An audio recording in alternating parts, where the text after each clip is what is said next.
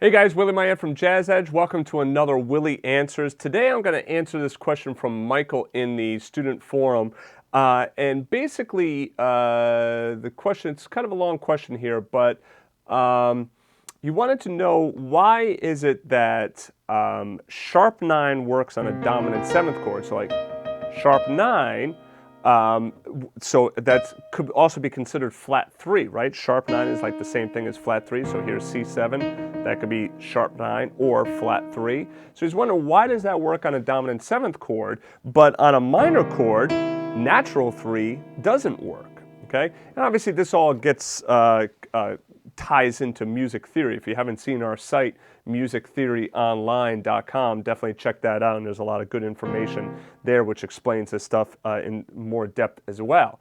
But basically what's going on is there's a difference between chord tones and available tensions. Now each chord has a certain type of available tension that can be used on that chord. And if we take our three basic chords of major 7, minor 7th, and dominant 7th, the natural 9th can be used on all three of those chords. So there's your major with your natural 9, there's your minor with your natural 9, and there's your dominant with your natural 9. Typically a way of finding tensions that work with a chord is to take your chord tones and then go a major 9th above each of the chord tones. Or you can also think of it as a second, a whole step. So a whole step above that chord, above the root would be the 9th, whole step above the 3rd would be the sharp 11, whole step above the 5th would be the 13th, and then a whole step above the flatted 7th would be the root again. So in other words, all I'm doing is up here, I'm thinking C7, and I'm going a whole step higher than each of those notes. There we go. Okay? So it's really like a D7 chord on top of a C. But that gives me these tensions, 9, sharp 11, and 13. Now there are many more tensions that we can add on for dominance, and there's flat 9, sharp 9, and then there's also flat 13. And we can do different combinations of these. So there's your sharp 9 with your flat 13. Now, of course, the virtual keyboard says all flats, okay? That's just to make it a little bit easier. So really, if I were writing this out, I'd write D sharp. Okay? So on minor, why is it then on minor that I can't use that natural 3rd? Well, again, use that same concept that I just told you. So like, get your C minor chord, now go a whole step above each of those notes. C minor, a whole step above would be D minor, right? So you could have a D, an F, and an A. Those are all going to work over your D minor, over your C minor chord. So this would be your 9th, your 11th, and your 6th.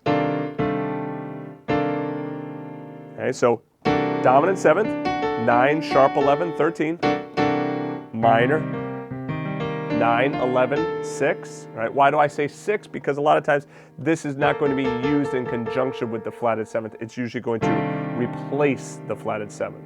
And then the last one we have is C major. Well, all right, get C major up there, go up to D major, okay? Now, this is interesting here because we're not going to use that flat 9 up there for major, but we can use 9, sharp 11, and 6 again. Okay, so your available tensions on your chords. All right, let's just go through those quickly. For C7, I could put in flat 9, 9, sharp 9, sharp 11, flat 13, and 13. And I could do different combinations. So I could do flat 9, sharp 11, and 13. You can hear some of those real cool upper structure triads sounds right there.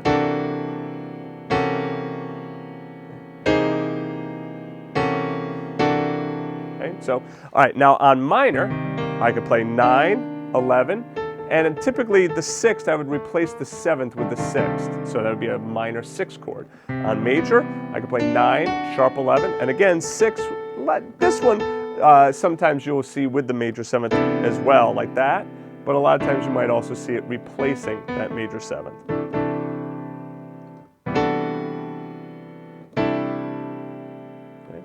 All right, so great question.